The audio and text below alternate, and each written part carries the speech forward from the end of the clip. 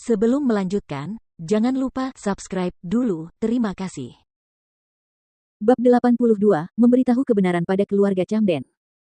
Jordan juga mengabaikan Diana, yang sangat dihormati dan memiliki wewenang tinggi di antara keluarga Camden. Dia tidak ada di sana untuk keluarga Camden, tapi untuk Lucky. Di mana Lucky? Tanya Jordan pada Drew. Drew adalah satu-satunya Camden yang bersedia diajak bicara baik-baik oleh Jordan. Drew langsung menjawab, Lucky ada di dalam bersama Hailey. Sylvie melangkah maju dan berkata, Jordan, jangan salahkan Hailey karena tidak keluar untuk menyambutmu. Dia berlutut terlalu lama kemarin, dan butuh waktu berjam-jam untuk diselamatkan di rumah sakit. Kondisinya baru saja membaik sedikit, dan dia belum bisa berjalan. Jordan tahu bahwa Hailey memiliki tubuh yang rapuh, jadi wajar baginya untuk kelelahan setelah berlutut selama 2 jam. Namun, Jordan tidak percaya bahwa butuh beberapa jam penyelamatan darurat untuk menyelamatkannya. Selama 3 tahun terakhir, Jordan selalu menjadi orang yang merawat Hailey, dan dia sangat teliti sehingga dia tahu lebih baik daripada siapapun tentang seperti apa kesehatan Hailey. Jordan masuk tanpa mengatakan apapun lagi. Begitu memasuki rumah yang dikenalnya, Jordan melihat Hailey duduk di meja makan dengan Lucky di pelukannya. Di meja makan sudah terhidang hidangan yang sangat mewah, belum pernah terjadi sebelumnya selama 3 tahun terakhir. Melihat kaki Lucky benar-benar diperban, Jordan bergegas menghampirinya sambil merasa patah hati. Begitu Jordan mencapai Lucky, dia melihat luka di kaki Hailey. Hailey mengenakan rok pendek. Awalnya ia berencana mengenakan celana panjang untuk menyembunyikan lukanya, tetapi Rachel menyarankannya untuk tidak melakukannya. Jika dia menutupinya, dia tidak akan bisa memenangkan simpati Jordan. Namun, Jordan tidak bersimpati dengan Hailey setelah melihat lukanya. Ya, karena dia tidak memikirkan sedikit pun perasaannya saat dia menginap di hotel bersama Tyler saat itu. Jordan, kamu di sini. Hailey berkata lemah, bibirnya sepucat kain kafan. Meski begitu, dia tetap cantik jelita. Jordan mengabaikannya tanpa menunjukkan perhatian atau bertanya tentang kondisinya sama sekali. Ia hanya mengulurkan tangannya untuk menggendong Lucky. Begitu melihat Jordan, Lucky yang sudah lama gembira, melompat ke arahnya. Melihat Lucky yang pincang, Jordan tahu bahwa Lucky benar-benar terluka. Jordan patah hati, dan ia berharap keluarga Camden tidak sengaja menyakiti Lucky hanya agar dia datang mengunjungi mereka. Oleh karena itu, Jordan berkata kepada Diana, Nyonya Camden, saya harap Anda menjual anjing ini kepada saya. Saya bersedia menawar $150.000. Diana masuk sambil berpegangan pada tongkat. Ia berkata sambil tersenyum, Jordan, duduklah dan makanlah. Karena kita adalah keluarga, Lucky juga milikmu. Kau tidak perlu membelinya dariku. Itu akan terasa terlalu jauh. Jordan berkata dengan nada mengejek, Hailey dan aku sudah bercerai. Kau dan aku benar-benar bukan keluarga. Saya juga tidak berencana untuk tinggal untuk makan. Saya akan segera pergi setelah membeli Lucky dari Anda. Jordan sangat tegas dan kuat dalam keputusannya, membuat keadaan agak canggung bagi keluarga Camden. Diana berkata, baiklah, bahkan jika kamu tidak mau makan, setidaknya kamu harus memberitahuku apa yang terjadi, kan? Mengapa kamu menikahi Hailey sebagai suami yang tinggal bersama ketika kamu begitu kaya?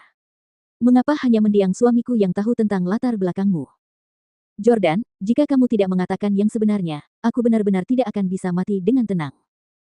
Jordan tahu bahwa keluarga Camden tidak mengetahui identitasnya selama 3 tahun terakhir. Jordan harus memberi mereka penjelasan hari ini. Oleh karena itu, katanya, baiklah, karena kamu ingin tahu, aku akan memberitahumu. Ada aturan khusus dalam keluarga Stele bahwa semua pewaris laki-laki harus melalui berbagai ujian dan tes sebelum mereka dapat mewarisi bisnis keluarga. Untuk mengasah karakter saya, kakek saya mengatur agar saya menikahi Hailey sebagai suami yang tinggal bersama 3 tahun lalu. Keluarga Camden mungkin hanya keluarga kelas 2, tetapi kalian setidaknya terhormat dan bermartabat. Akan sulit bagiku untuk menikahi Hailey tanpa bantuan kakekku. Jadi, kakekku mencari kakek Hailey dan mendiskusikan masalah ini dengannya.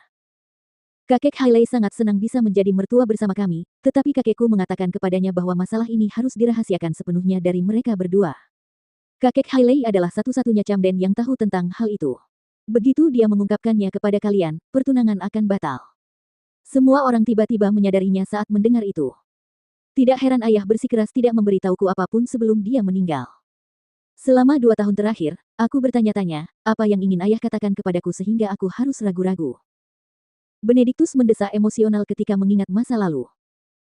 Kakek Hailey tidak berani memberitahu satupun dari mereka karena begitu dia membiarkan Benedict atau Sylvie mengetahuinya, mereka pasti akan mengubah sikap mereka terhadap Jordan.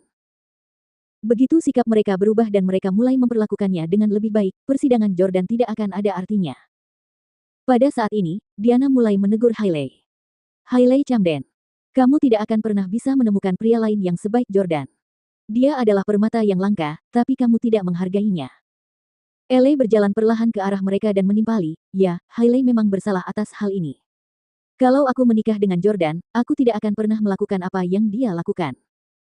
Jordan, maukah kau menjadi suamiku yang tinggal serumah selama setahun dan biarkan aku melatihmu kali ini?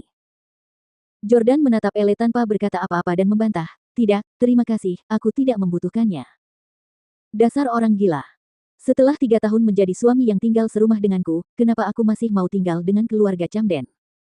Aku telah lama mengasah karakterku. Ellie, jangan ngomong sembarangan. Diana menegur Ellie.